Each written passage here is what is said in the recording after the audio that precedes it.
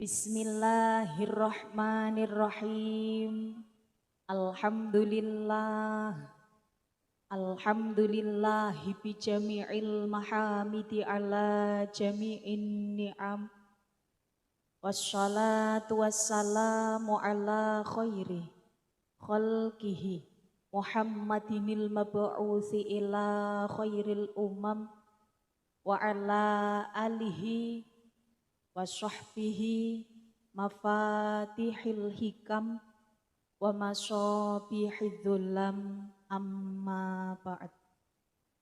Sagunging para sesepuh dalah kasepuhan ingkang saestu tansah kawula takzimi, tansah kita sedaya cadhong barokah doa saha ilmu-ilmunipun ingkang tansah kita sedaya antu-antu berkah mauidhah hasanahipun inggih punika beliau Al-Mukarramah Ibu Nyai Hajah Latifatul Ma'rufah ingkang alhamdulillah sakmenika sampun rawuh wonten mriki ingkang tansah kita sedaya ajeng-ajeng barokah doa saha ilmu-ilmunipun. Ugi ingkang tansah kita sedaya takdimi beliau Al-Mukarramah Ibu Nyai Hajah Mar'atus Sholihah ingkang senaosa dinten menika dereng waget ngrawuhi nggih Mbah nggih.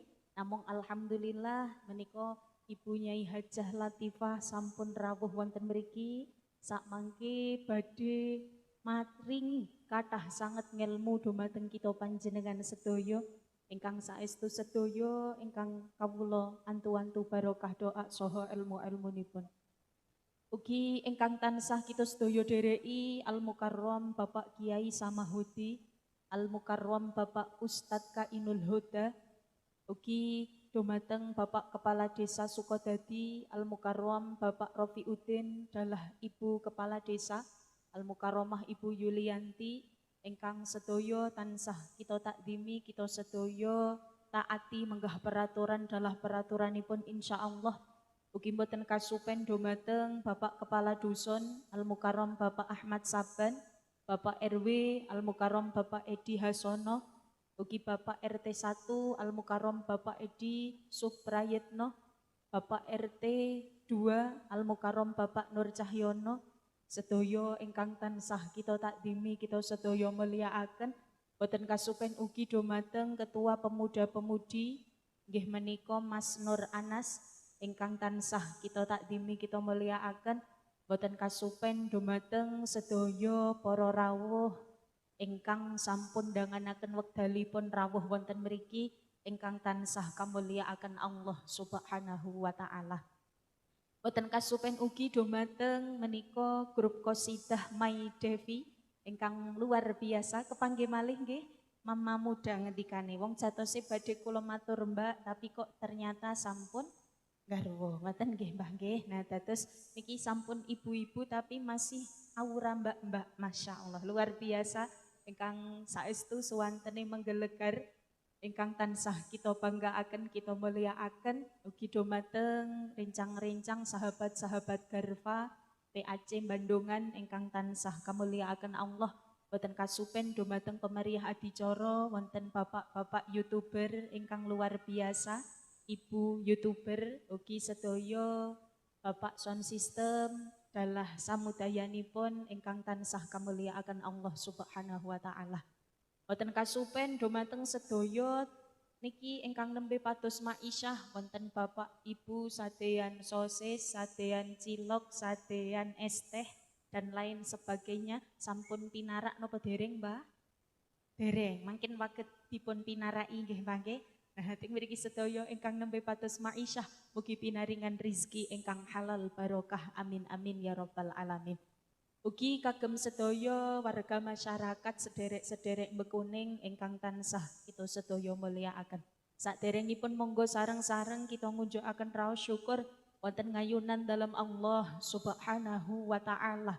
Ingkang pundi Gusti Allah sampun maringi kathah sanget kanikmatan karohmatan dumateng kita panjenengan sedaya sehingga wonten ing saah menika kiambek waget makempal manunggal kanthi boten manggihi alangan setunggal punapa.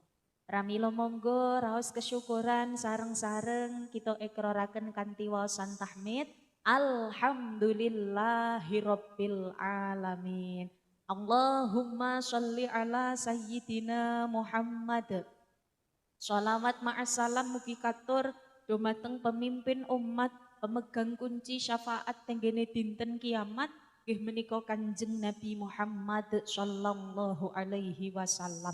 Ingkang kita sedaya antu-antu syafaatipun wiwit saking donya dumugi sak mangke wonten ing alam kalanggengan. Amin amin ya rabbal alamin. Para rawuh ingkang kawula mulyakaken, sampun ngantuk? Dereng, tasih semangat nggih Mbah. Nggih, sampun dahar napa dereng? Sampun ngunjuk napa dereng? Sampun, alhamdulillah. Saderenge kula aturi pantun riyin nggih Mbah. Ubur-ubur ikan lele, para rawuh tos pundi kabare. Sebelah mriku dereng enten suwantene nggih Mbah. Kula wangsuli nggih. Ubur-ubur ikan lele, para rawuh tos pundi kabare. Ubur-ubur ikan lele ingkang rawuh mugi lancar rezekine. Amin ya rabbal alamin. Pantune sampun sholawat sareng ngeten nggih Mbah. Kersani ical susahe. Maulaya sholli wa sallim iman abada ala habibika khairil khalqi kullihim huwal habibul turja syafa'atuhu likulli hawli minal ahwali muqtahimi. Maulaya sholli wa sallim daiman abada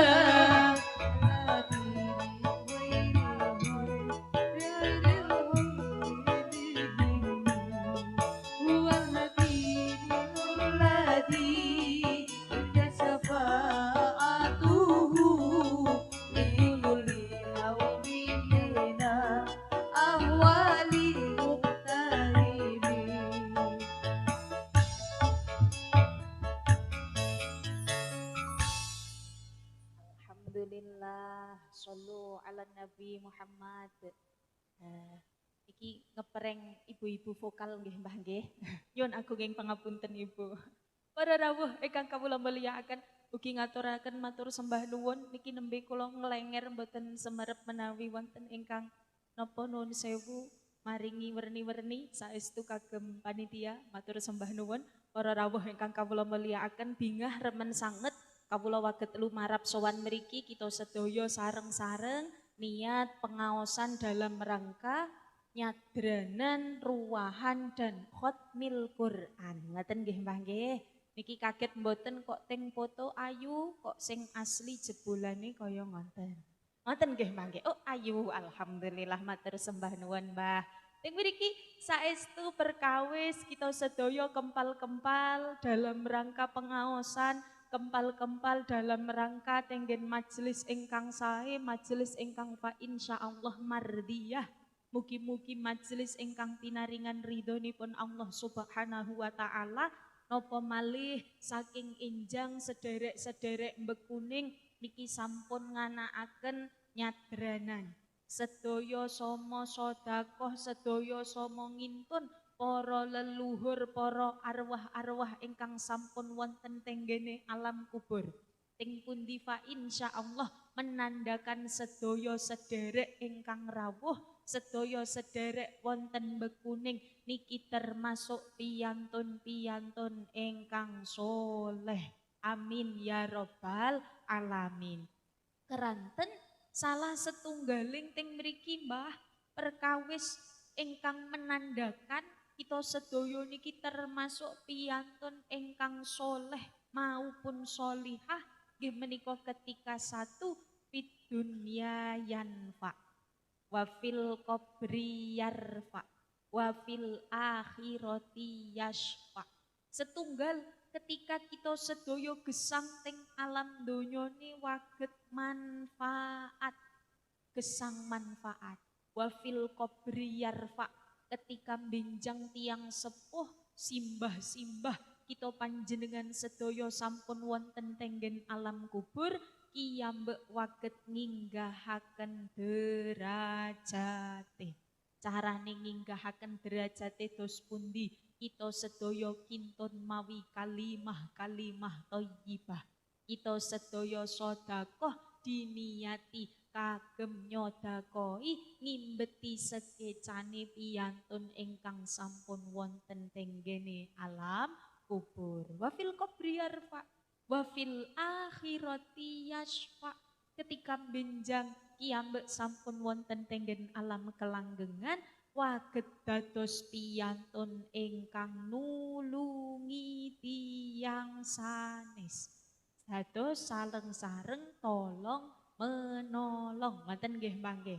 Tapi ngenten para rawuh ingkang kawula mulyakaken wagetipun kita sedaya nggayuh derajat ingkang fid dunya yanfa wa fil qabri yarfa wa fil akhirati yasfa.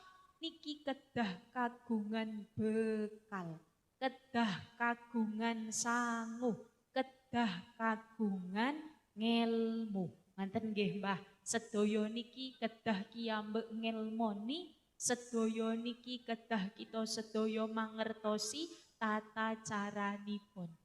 Nah, salah satune supados kita sedaya nggadahi ngelmu nggih menika dengan nindaki pengaosan utawi pengajian ngenten niki.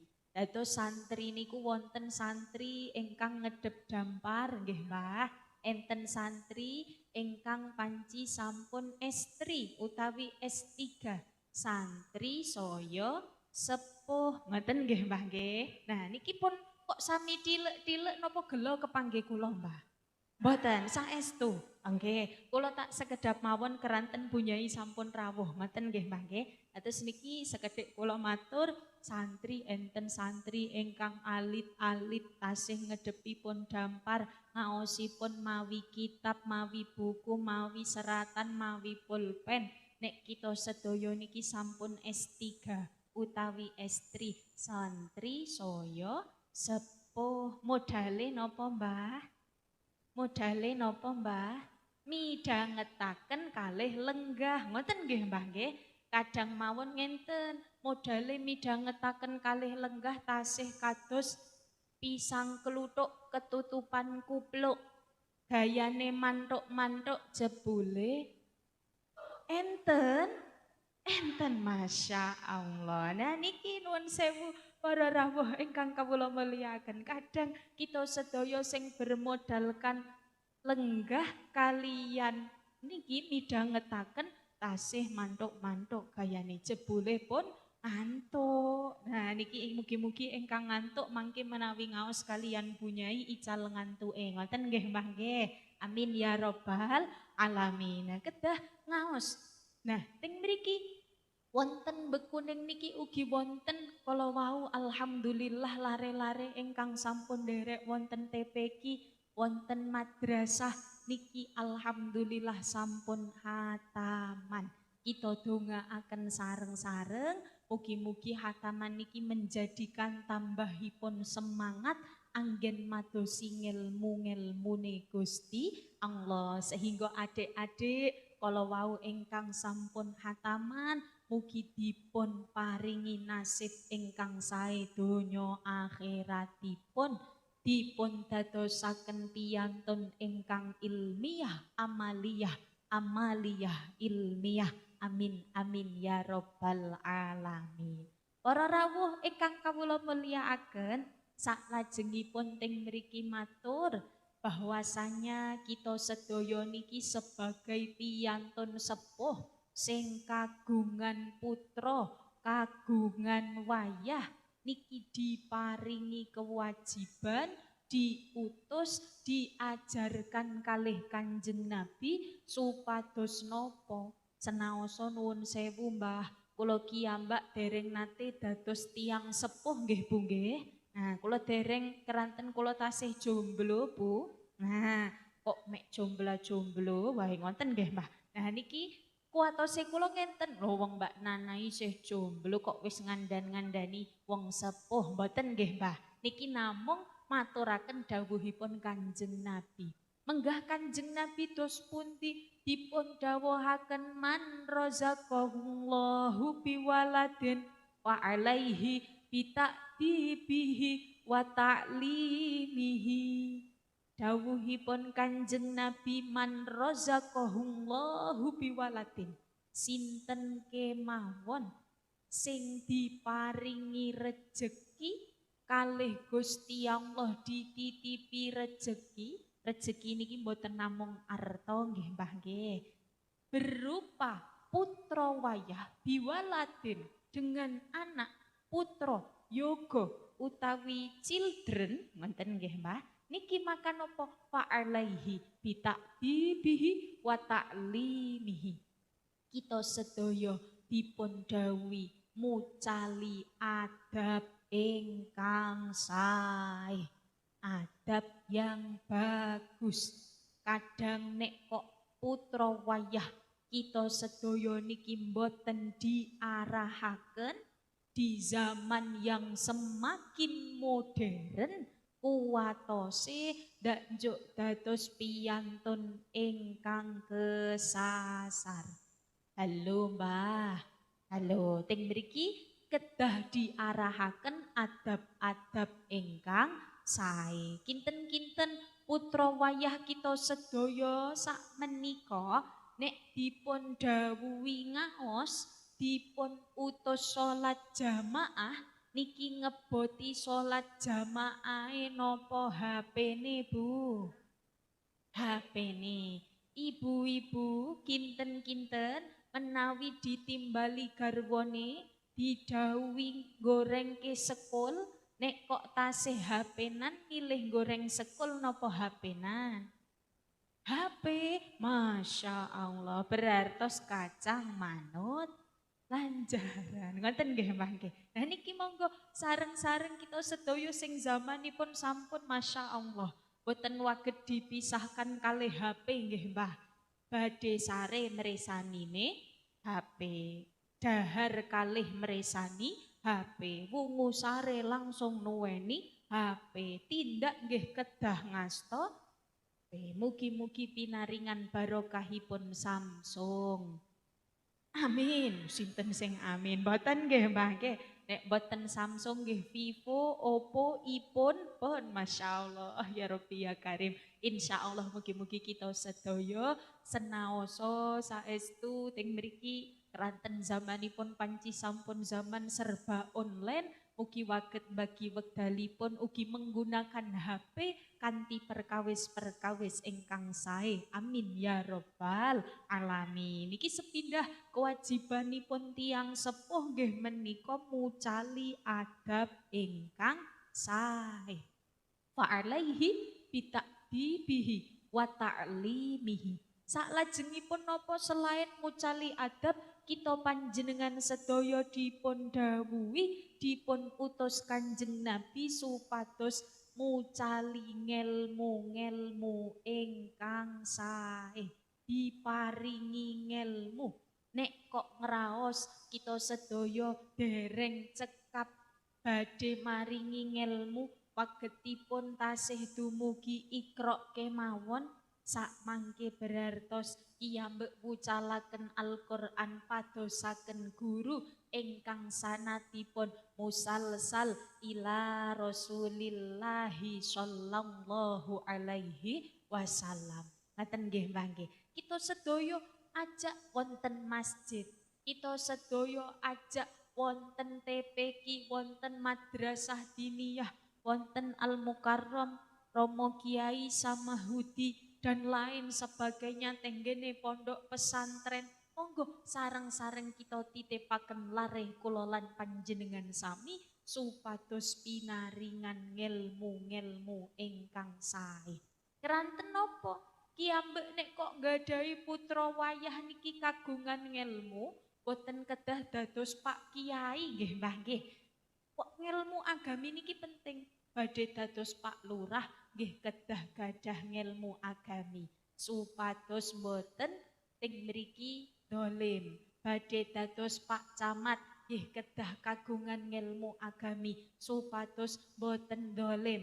Sedaya badhe dados presiden, dados dokter, dados guru, dados nopo kemawon niki kita sedaya kedah nggadahi ngelmu-ngelmunipun Gusti Allah supados antuipun bekerja, antuipun pados nafkah niki sesuai kalian syariat agami Islam. Ngaten nggih Mbah. Dados monggo sareng-sareng kita semangati putra wayah kula lan panjenengan sami senaosa sampun hataman Al-Qur'an niki bukan berarti selesai antuipun ngaos, tapi justru niki menjadi titik awal perjuangan putra wayah kita panjenengan sedaya. Iman tenan duwe putra boten diken ngaji. Iman tenan gadah wayah boten diken ngaji. Yen wong tuwa sedo ora gelem ngirim donga, wong tuwane sedo malah sibuk rebutan kondo. Naudzubillahi min dzalik. Sholli Masya Allah, My Devi luar biasa, nggih Mbah nggih. Alhamdulillah para rawuh ingkang kawula mulyakaken narasaken matur tenggen mriki monggo sareng-sareng kita sedaya eman-eman putra wayah kiyambek kita dukung kagem tetep ngaos ngaten nggih Mbah supados tata gesangipun supados sekeca bejo mulya donya akhiratipun amin ya rabbal alamin. Nah, kembali tenggen dawuhipun Kanjeng Nabi man razaqahullah biwaladin fa'alaihi bita'dibihi wa ta'limihi. Kenang nopo kita sedaya kok dipun dawuhi mucal adab ingkang sae, mucali ngelmu ingkang sae. Keranten nek kiyambek kersa mucal adab ingkang sae, nuntun tenggen ngelmu ingkang sae. Ketika putra wayah kiyambak sampun sukses sesuai kalian ajaranipun Gusti Allah, kiyambak bakal diparingi pitulungan, disyafaati kalih putra putrine. Remen napa mboten Mbah? Remen nggih Mbah. Tapi sebaliknya waman taroka waladahu jahilan, sinten kemawon sing kok nilar putra wayahe kanthi keadaan jahil, kanthi keadaan nuwun sewu Mbah boten gadahi ngelmu, nuwun sewu Mbah nek basa kasare bodoh. Ngaten nggih Mbah nggih. Kok bodoh boten kiyambek ngaosaken, boten kiyambak paringi adab-adab ingkang sae, maka dosane ngalir dateng tiyang sepuhe naudzubillahi min dzalik.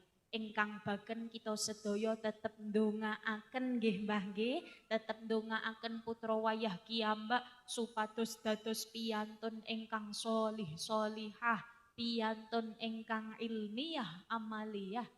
Jawah niki Mbah. Nggih, monggo kalih ngiyup Bapak Ibu. Nggih, pados iyup-iyupan monggo.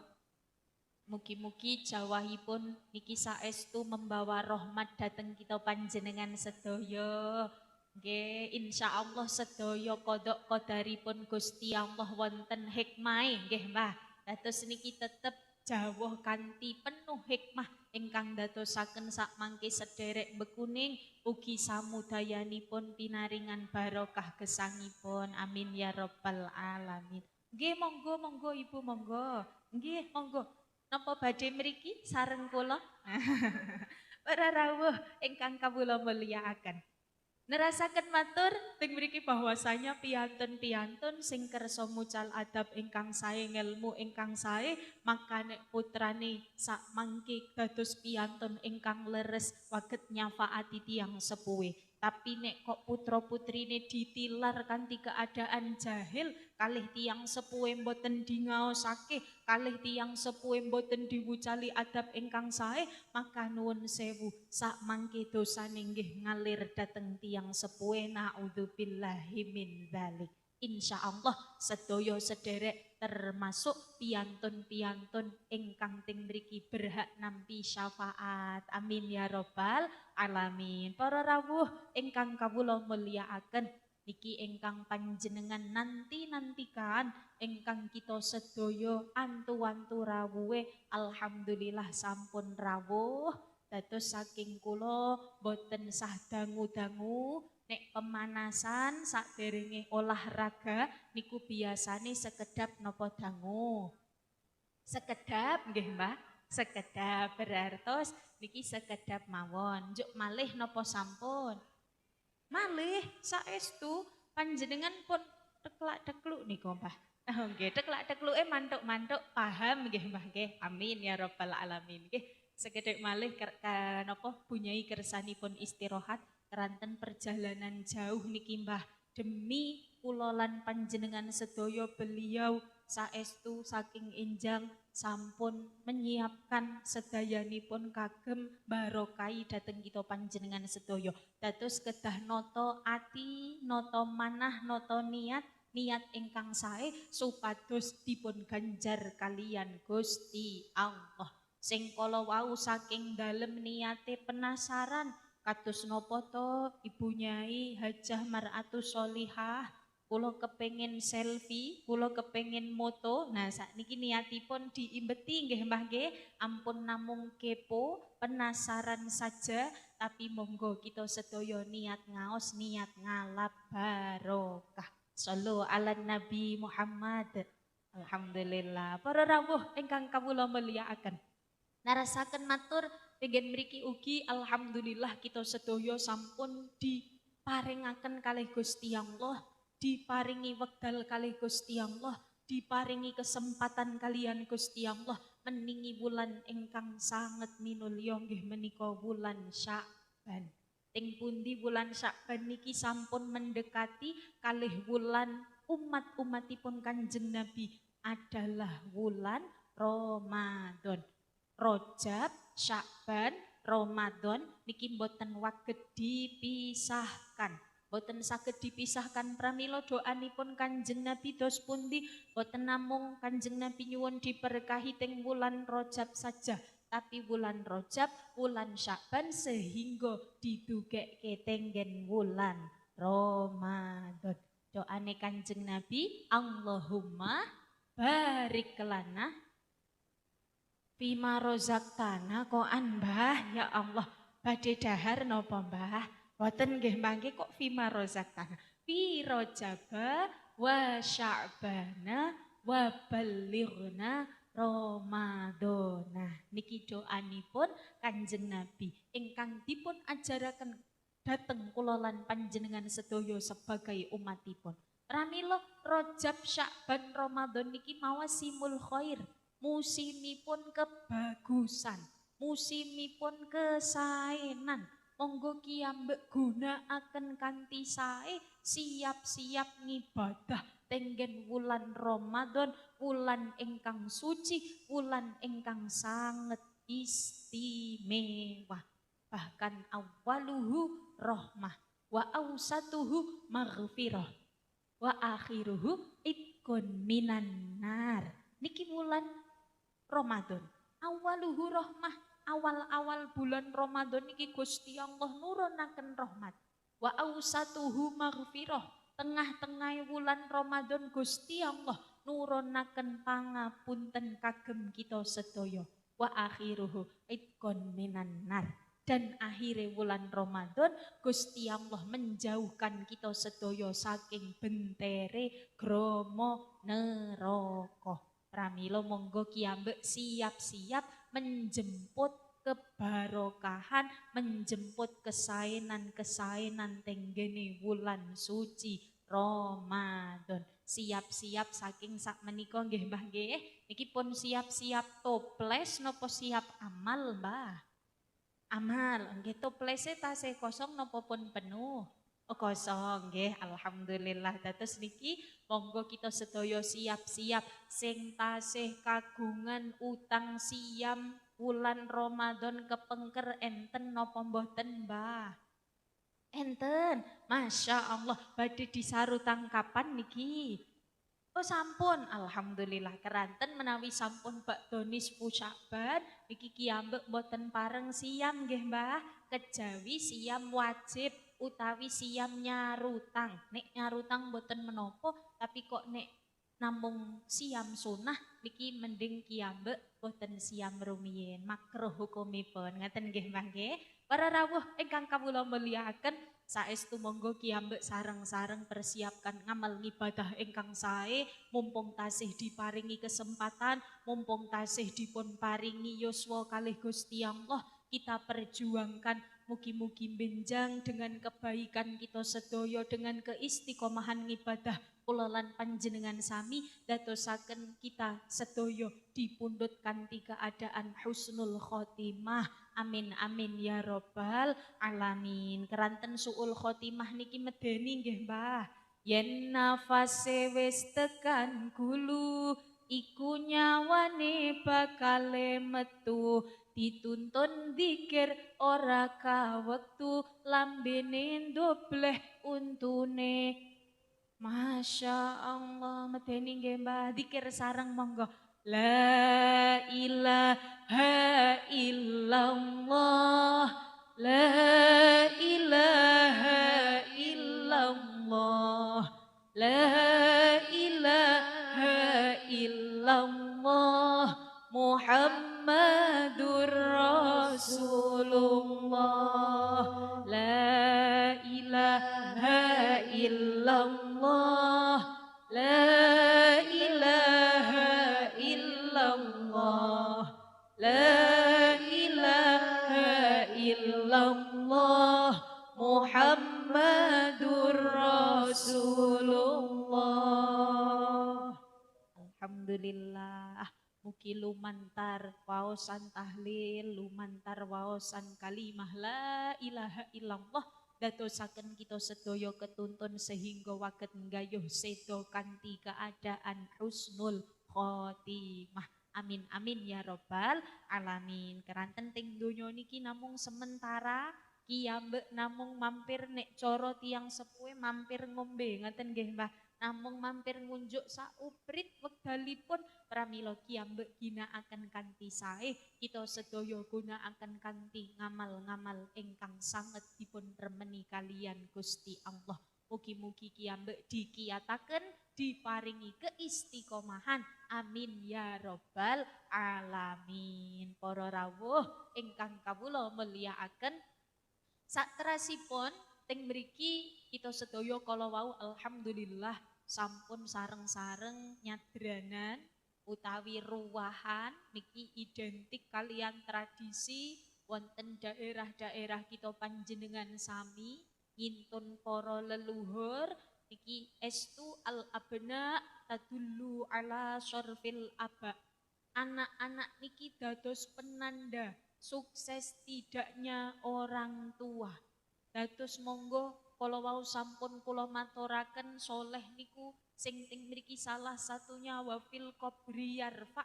Ketika tiang sepuh sampun wonten teng alam kubur, kiambek berusaha meninggikan derajatnya. Kiambak berusaha sareng-sareng ngintun supados tambah derajate di hadapan Gusti Allah. Ngoten nggih Mbah. Pramila saking menika monggo sareng-sareng kiambek ngimbeti malih antu ing ngintun tiyang sepuh kula lan panjenengan sedaya mumpung tasih diparingi kesempatan supados menawi benjang kiambek teng alam kubur nggih tetep dikintun kalih putra wayahe.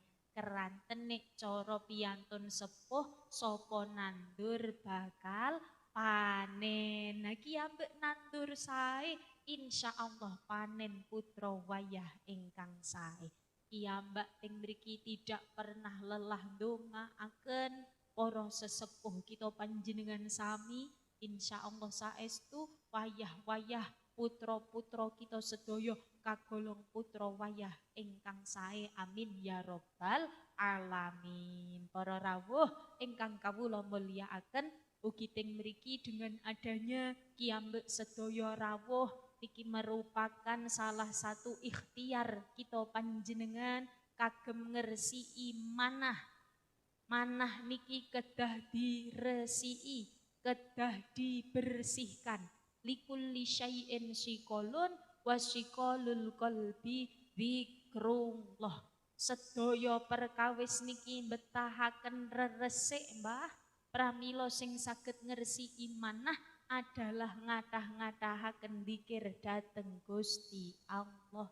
Inna sholati wa nusuki wa mahyaya wa mamati lillahi rabbil alamin,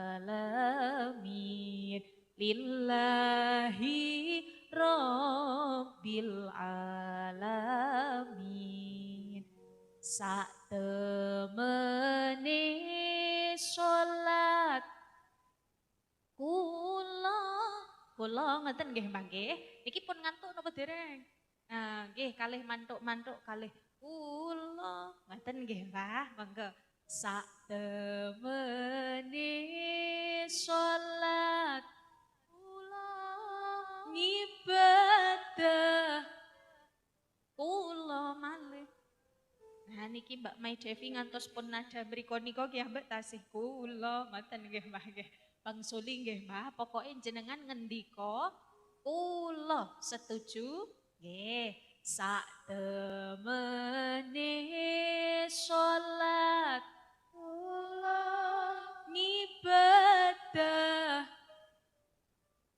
gesang kula lan pejah kula namung lho konco sing terakhir namung Allah nggih Mbah, mboten namung kula.